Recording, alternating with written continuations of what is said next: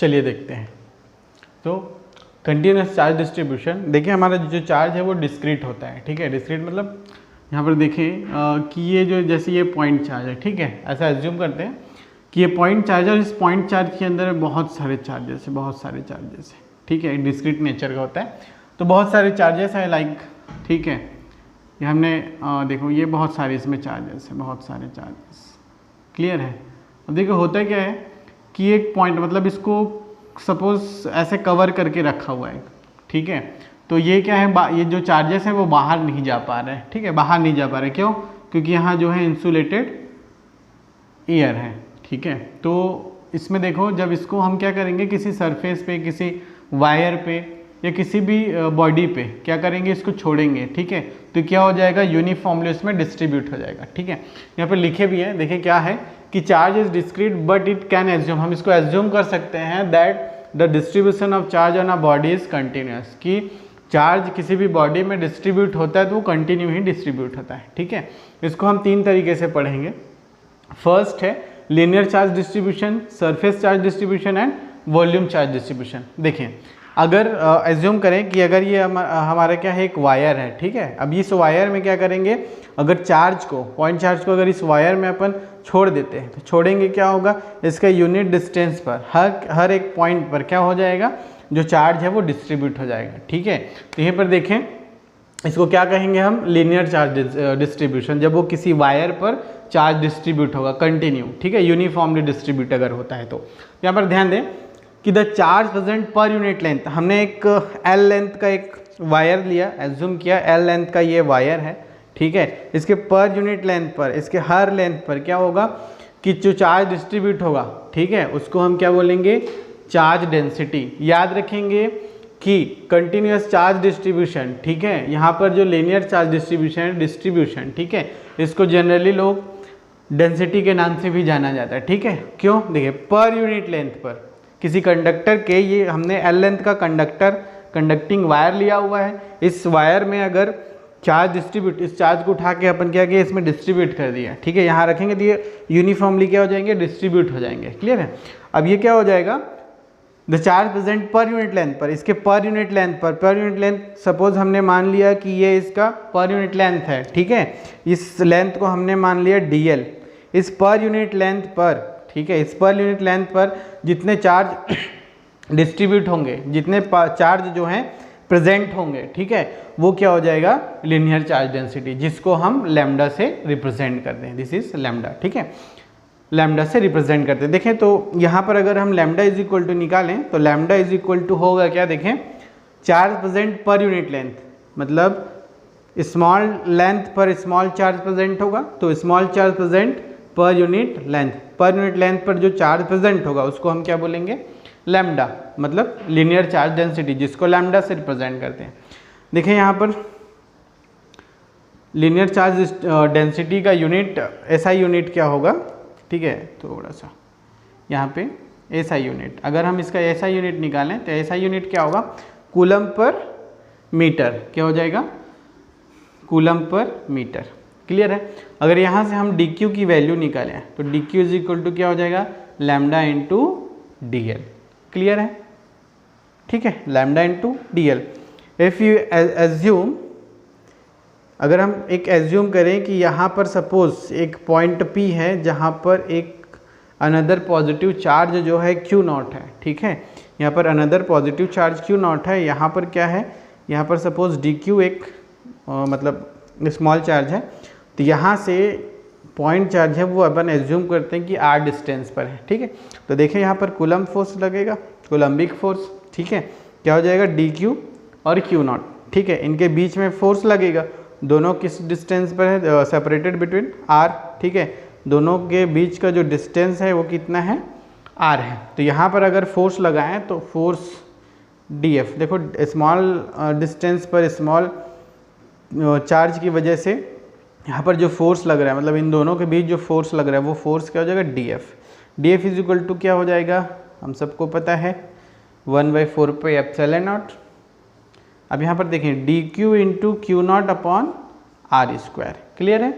यहाँ पर अपन dq की वैल्यू पुट कर सकते हैं, यहाँ से dq की वैल्यू को पुट कर देंगे 1/4 4 पाई एप्सिलॉन। अच्छा ये क्या है, वेक्टर क्वांटिटी है, ठीक है। तो वेक्टर क्वांटिटी तो इसका देखो डायरेक्शन भी क्या हो जाएगा, यहाँ पर लगा देंगे यूनिट वेक्टर r, ठीक है।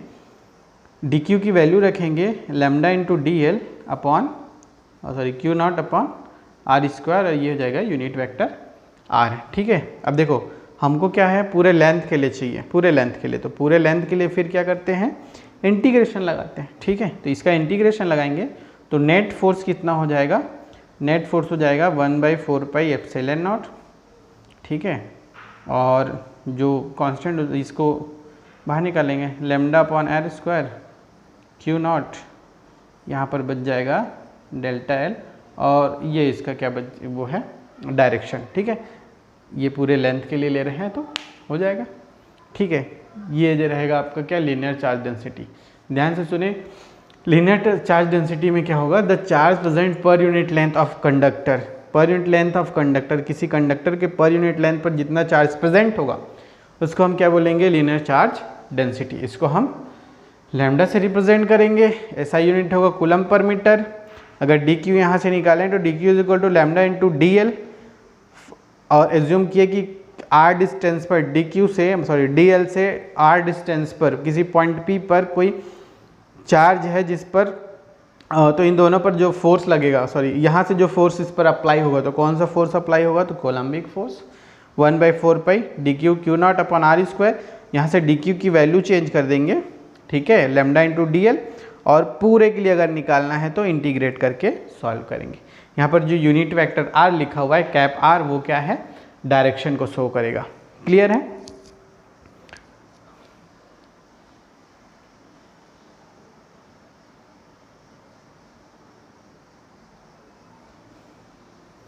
और थोड़ा सा 1 मिनट यहाँ पे थोड़ा सा, ठीक, ये क्या हो जाएगा, क्यू नॉट, ये एल हो जाएगा, और lambda upon R square D L, और ये वैसे निकाल सकते थे क्योंकि आर तो कांस्टेंट टर्म नहीं है, पहले भी ठीक ही था, ठीक है। चले आगे देखें।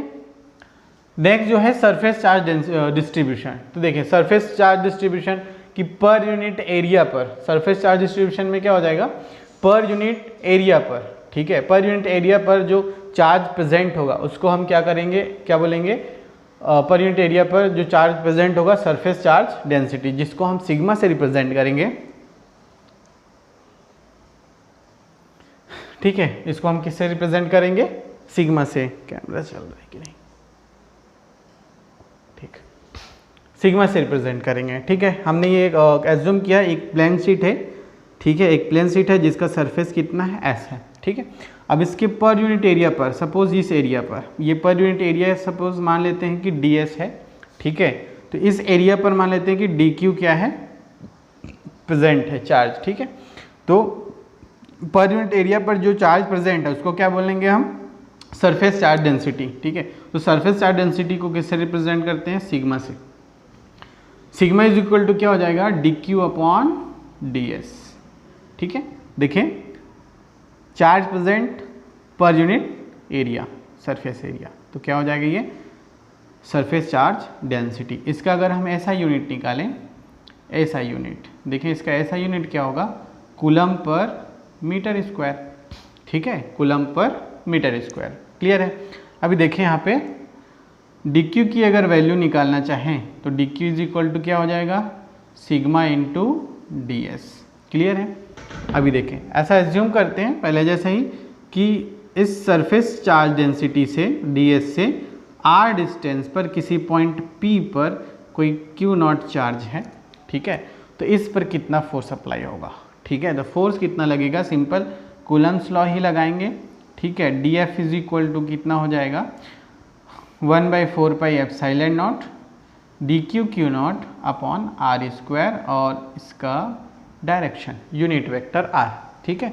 यहाँ पे जब हम पूरे एस का निकालना होगा तो क्या करना पड़ेगा, इंटीग्रेट करना पड़ेगा, ठीक है।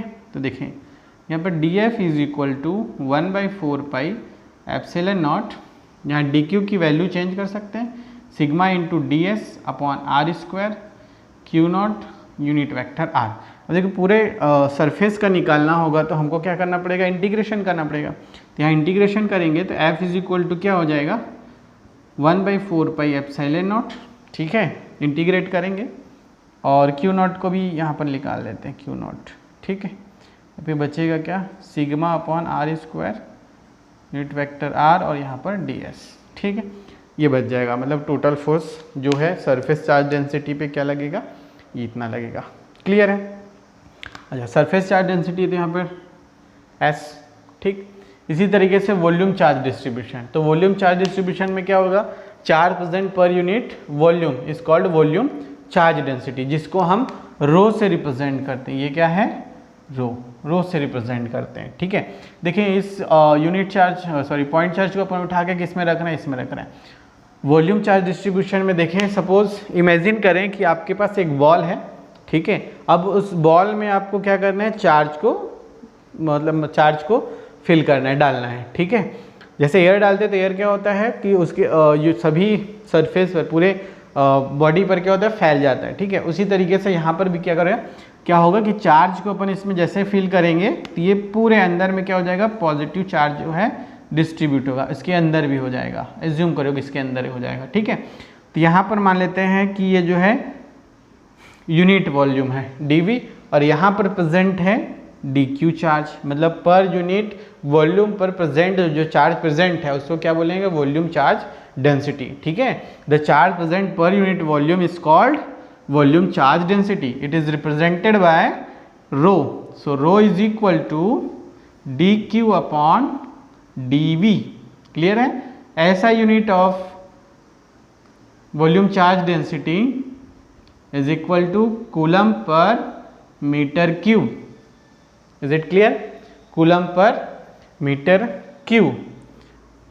यहाँ पर फिर एज्यूम करते हैं कि इस पॉइंट P पर कोई Q0 चार्ज है पॉइंट P पर, जो कि r डिस्टेंस पर है dq से, dV से, dV पर dq चार्ज है यहाँ पर Q0, यहाँ से r डिस्टेंस, तो यहाँ पर फोर्स कितना लगेगा, स्मॉल फोर्स लगेगा, स्मॉल फोर्स अप्लाई होगा तो क्या हो जाएगा, ये 1/4πε0 dq into Q0 upon r square और यहाँ पर यूनिट वेक्टर r, ठीक है। सेम यहाँ पर भी अगर यहाँ से dq का वैल्यू निकालते हैं क्या हो जाएगा, रो इंटू dV, ठीक है। तो यहाँ पर dF इज इक्वल टू क्या हो जाएगा, 1/4πε0 dq की जगह में वैल्यू पुट करते हैं रो इंटू dV और Q0 upon r square unit vector r, ठीक है। अब यहाँ पर देखें, अगर पूरे का हमको निकालना है पूरे वॉल्यूम पर, मतलब पूरे इस वॉल्यूमेट्रिक जो शेप है, ठीक है, बॉडी है, इस पर पूरे पर निकालेंगे फोर्स, तो फोर्स इज इक्वल टू क्या, इंटीग्रेट करना पड़ेगा,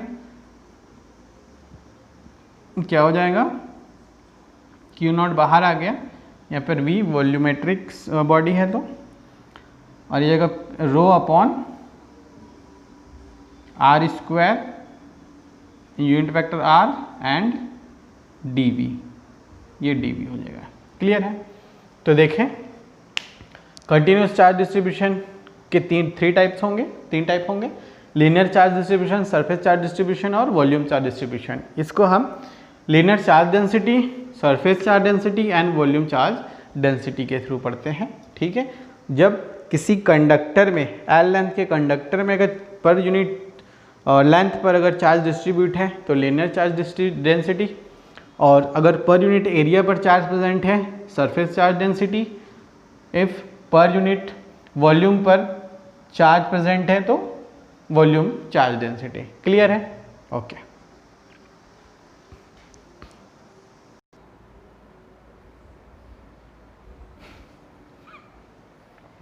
चलो देखें electric field lines and intensity of electric field, ठीक है। देखें जो भी चार्जेस हैं उनका एक अलग फील्ड होता है, इफेक्टिव एरिया होता है, उसको हम उसका इलेक्ट्रिक फील्ड बोलते हैं। सपोज इलेक्ट्रिक फील्ड को समझने के लिए अपन ऐसा इमेजिन करते हैं जैसे कि एक क्लासरूम है, ठीक है। अब उस क्लासरूम में आप स्टूडेंट्स हैं और टीचर हैं, ठीक है। अब वो जो टीचर हैं जो भी आपको लेसन पढ़ा रहे हैं, ठीक है, जो भी लेसन आपको पढ़ा रहे हैं, तो जो भी लेक्चर दे रहे हैं वो लेक्चर कहाँ तक प्रभावित होगा, मतलब कहाँ तक इफेक्ट होगा, पूरे क्लास तक, ठीक है। अब उस क्लास से बाहर उस लेक्चर का इफेक्ट नहीं होगा। तो उस टीचर का इफेक्टिव एरिया क्या हो गया? क्लासरूम। ठीक है, क्लासरूम क्या हो गया? उसका इफेक्टिव एरिया हो गया। सपोज आप क्वेश्चन पूछ रहे हैं, आप जो भी फ्रेंड है, ठीक है, वो आप एक क्लास में बैठे हैं, वहाँ पर आप क्वेश्चन पूछ रहे हैं एक दूसरे से, जो भी क्वेश्चन पूछ रहे हैं तो, या फिर समझा रहे हैं जो भी चीज़ें हैं, ठीक है, तो उसका इफेक्टिव एरिया कहाँ तक होगा?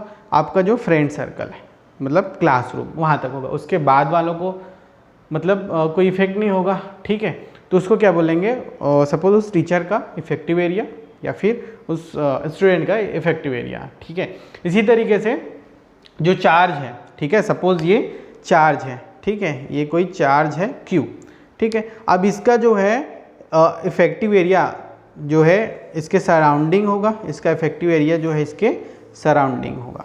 ठीक है, अब जो दूसरा चार्ज है, कोई भी दूसरा चार्ज, मान लो ये चार्ज है, ठीक है, ये देखें, एक चीज़ और बता दें यहाँ पे कि ये क्या हो जाएगा आपका? Source charge. क्या हो जाएगा आपका? Source charge, source charge.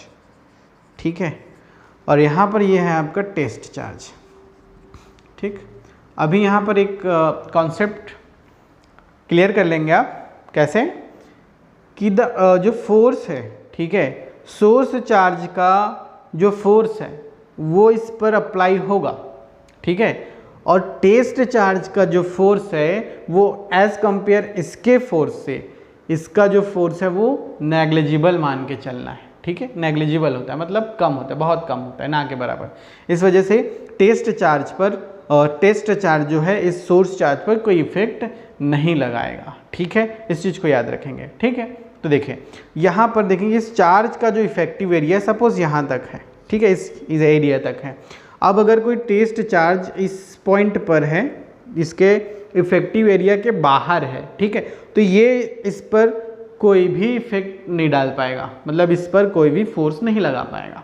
ठीक है, और ये कोई भी फोर्स इसकी वजह से एक्सपीरियंस नहीं कर पाएगा। ठीक है, मतलब क्या हुआ कि इसका जहाँ तक इफेक्ट है वहाँ तक इसका इफेक्टिव रीजन होगा, इफेक्टिव एरिया होगा। ठीक है, अगर ये यहाँ पर आता है, ठीक है, तो इसके द्वारा इस पर कुछ ना कुछ फोर्स अप्लाई होगा, मतलब ये एक फोर्स एक्सपीरियंस करेगा इसका।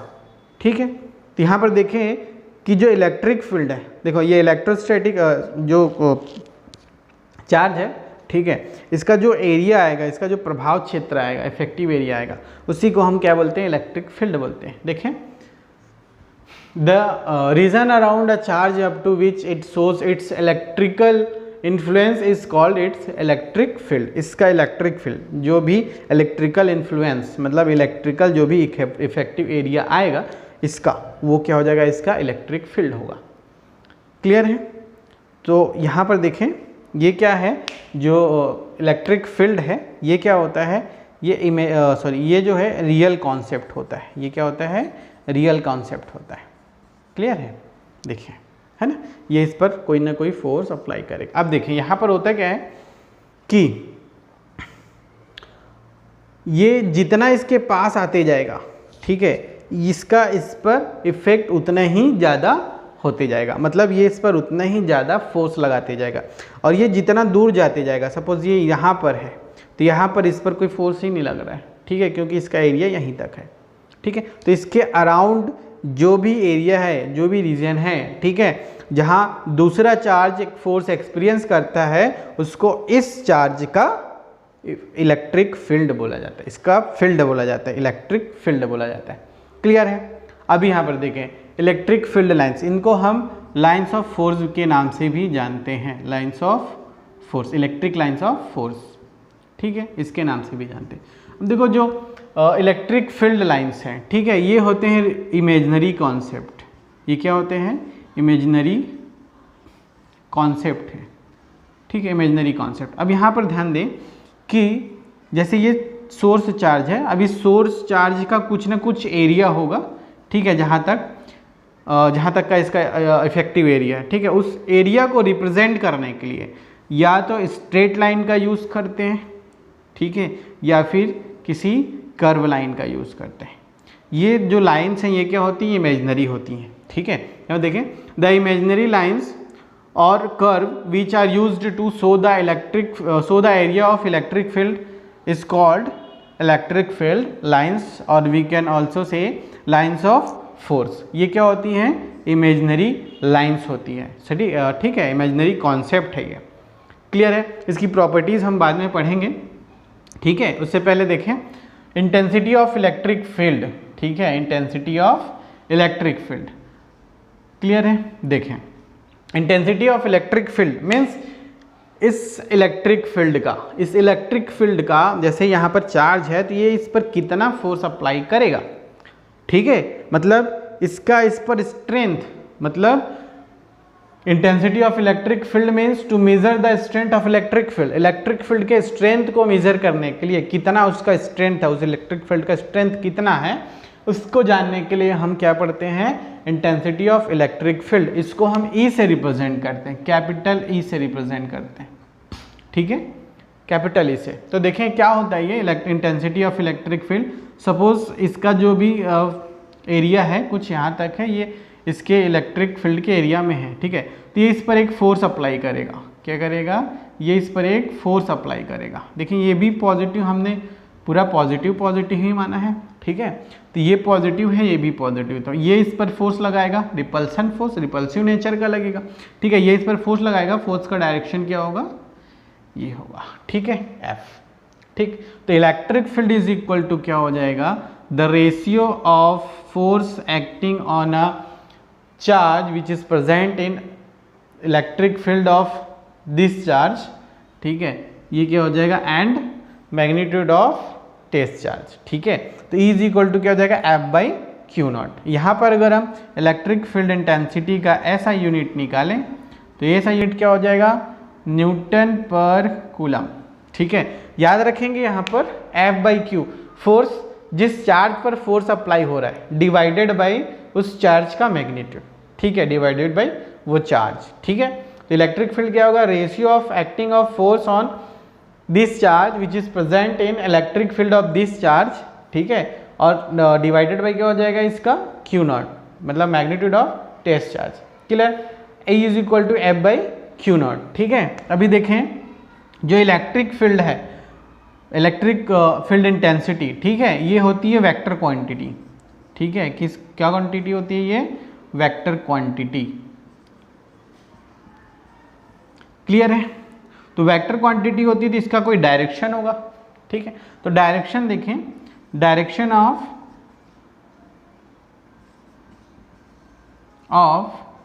इलेक्ट्रिक फील्ड इंटेंसिटी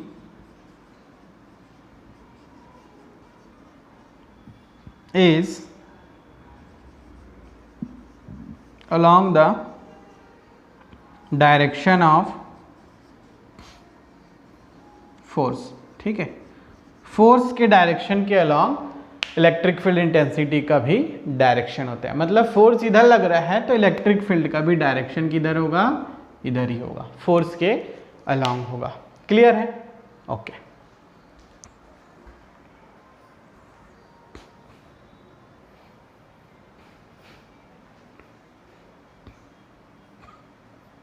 देखिए intensity of electric field due to a point charge, ठीक है। इंटेंसिटी ऑफ इलेक्ट्रिक फील्ड का इंटेंसिटी देखेंगे किसी पॉइंट चार्ज की वजह से, ठीक है। तो यहाँ पर ध्यान दें कि हमने एक सिस्टम तैयार किया कि जो सोर्स चार्ज है Q, ठीक है, इससे R डिस्टेंस पर, ठीक है, मतलब ये पॉइंट A है तो ये पॉइंट B है, ठीक है।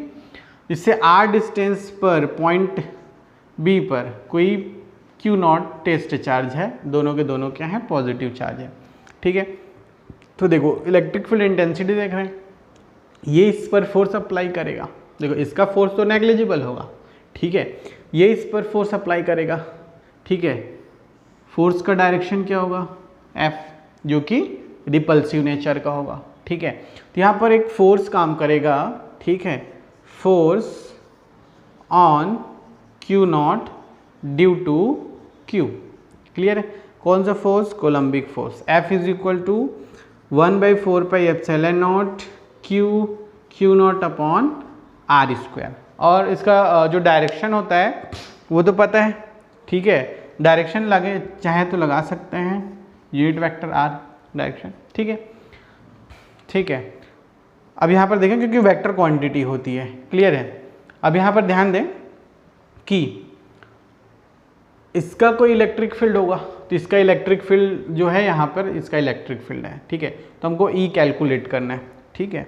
तो इलेक्ट्रिक फील्ड इंटेंसिटी हमको पता है, इलेक्ट्रिक फील्ड इंटेंसिटी, ठीक है, किसकी वजह से, test charge sorry source charge की वजह से। अब देखो इसका जो भी इलेक्ट्रिक फील्ड यहाँ पर इलेक्ट्रिक फील्ड है, ठीक है, तो ये इस पर फोर्स अप्लाई किया, ये एफ, तो इलेक्ट्रिक फील्ड कितना होगा, E is equal to F by Q naught, clear है, ठीक है। अब देखें ये हो गई इक्वेशन 2।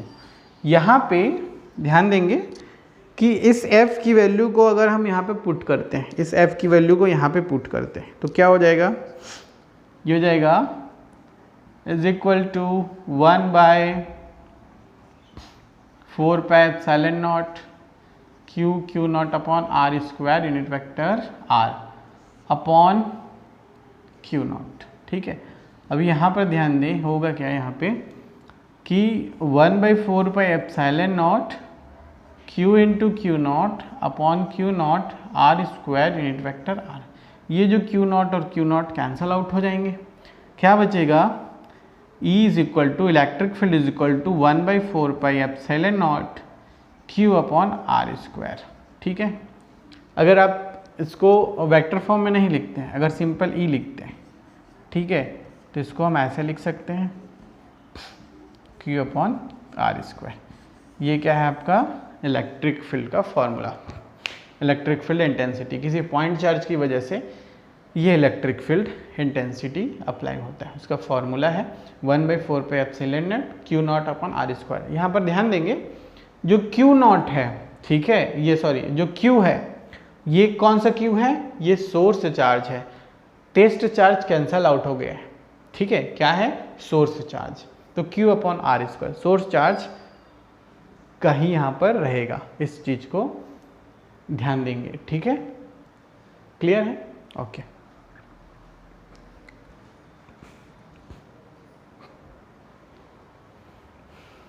चलिए ध्यान दें intensity of electric field due to a system of charges, मतलब मैनी चार्जेस है, n नंबर ऑफ चार्जेस है, किसी सिस्टम में n नंबर ऑफ चार्जेस हैं, like Q1 Q2 Q3 and Qn तक चार्जेस हैं, ठीक है। तो हमको किसी पॉइंट P पर, इस पॉइंट P पर क्या निकालना है, electric field intensity, electric field निकालना है। तो होगा क्या कि यहाँ पर टोटल इलेक्ट्रिक फील्ड इंटेंसिटी निकलेगा इन सब का vector sum, E1 plus E2 plus E3 plus dash dash plus En, ठीक है, सबका क्या निकलेगा, वेक्टर सम निकलेगा, ठीक है। अभी देखें यहाँ पर अगर हम Q1 की वजह से Q1 की वजह से इलेक्ट्रिक फील्ड देखते हैं, तो E1 इज इक्वल टू क्या हो जाएगा, 1 बाई 4 पाई एप्सिलॉन नॉट, ठीक है, क्या हो जाएगा, Q, यहाँ पर क्या है अपना source charge Q1 upon R square, तो यहाँ पर क्या हो जाएगा R1P आर स्क्वायर, ठीक, R1P स्क्वायर, और यहाँ पर यूनिट वेक्टर हो जाएगा R1P, ठीक है। यहाँ से यहाँ तक का डिस्टेंस R1P, यहाँ तक का डिस्टेंस R2P, यहाँ से यहाँ तक का डिस्टेंस R3P, यहाँ से यहाँ तक RNP, क्लियर है, इनका सबका वेक्टर सम, ठीक। इस तरीके से electric field on P due to Q2 is equal to 1 by 4 pi epsilon nought Q2 upon R2P square unit vector R2P, clear है। Similarly E3 is equal to, E3 is electric field intensity due to on P due to Q3, so 1 by 4 pi epsilon naught Q3 upon R3P square and unit vector R3P, this is the direction of electric field intensity, clear है। Same dash dash dash, यहाँ पर देखें dash dash dash En electric field intensity on P due to n Qn is equal to 1 by 4 pi epsilon naught Qn upon Rnp square unit vector Rnp, clear है। अब देखें E1, E2, E3, E4 सभी की value है En तक, इसको हम यहाँ पे पुट करेंगे। सो E1 इज इक्वल टू, देखो 1/4 1/4 सभी में कॉमन है, 1/4 को हमने कॉमन निकाल लिया, ठीक, और कुछ कॉमन नहीं। अब देखिए क्या करते हैं, देखो पहले भी बता चुके हैं, अगर A1 plus A2 plus A3 है ना, ऐसे करके, तो इसको हम क्या लिखते हैं A, और उसके बाद I लगाते हैं। I का जो भी रेंज है 1 to 3 जा रहा है, इस तरीके से हम इसको लिखते हैं, ठीक है। इसी तरीके से इसको भी लिखेंगे, क्या हो जाएगा, देखो यहाँ पे, ठीक है, क्या हो जाएगा Q1/R1P, ठीक है। अच्छा सभी को इकट्ठे लिख के देते हैं, है ना, देखिए सिस्टमेटिक तरीके से। ये E1 का हो जाएगा 1/4πε0 Q1/R1P square unit vector R1P plus 1/4πε0 Q2/R2P square unit vector 2P plus इसी तरीके से 3 का भी लिखेंगे 1/4πε0 Q3/R3P square 3P unit vector plus dash plus 1/4πε0 Qn/RnP square और यूनिट वेक्टर RnP, और ये ठीक है। अभी देखो इसमें 1/4πε0 कॉमन है, बाहर निकालिए, सभी को समेशन लगाएंगे, क्या हो जाएगा QI, ठीक है, अपॉन 1 2 3 के जगह में क्या लगा दिए, I लगा दिया, QI अपॉन R, सभी में P है, देखो 1P 2P 3P, तो IP, और यहाँ पर यूनिट वेक्टर IP, ये हो जाएगा। अच्छा इसमें स्क्वायर भी है ये, ठीक है। अब यहाँ पर I को रेंज देंगे 1 से लेके n तक जा रहा है, ये क्या हो जाएगा कि system of number of charges की वजह से किसी पॉइंट P पर इलेक्ट्रिक फील्ड क्या होगा, उसका वेक्टर सम करते हैं इंडिविजुअली सभी के इलेक्ट्रिक फील्ड का। क्लियर है? सो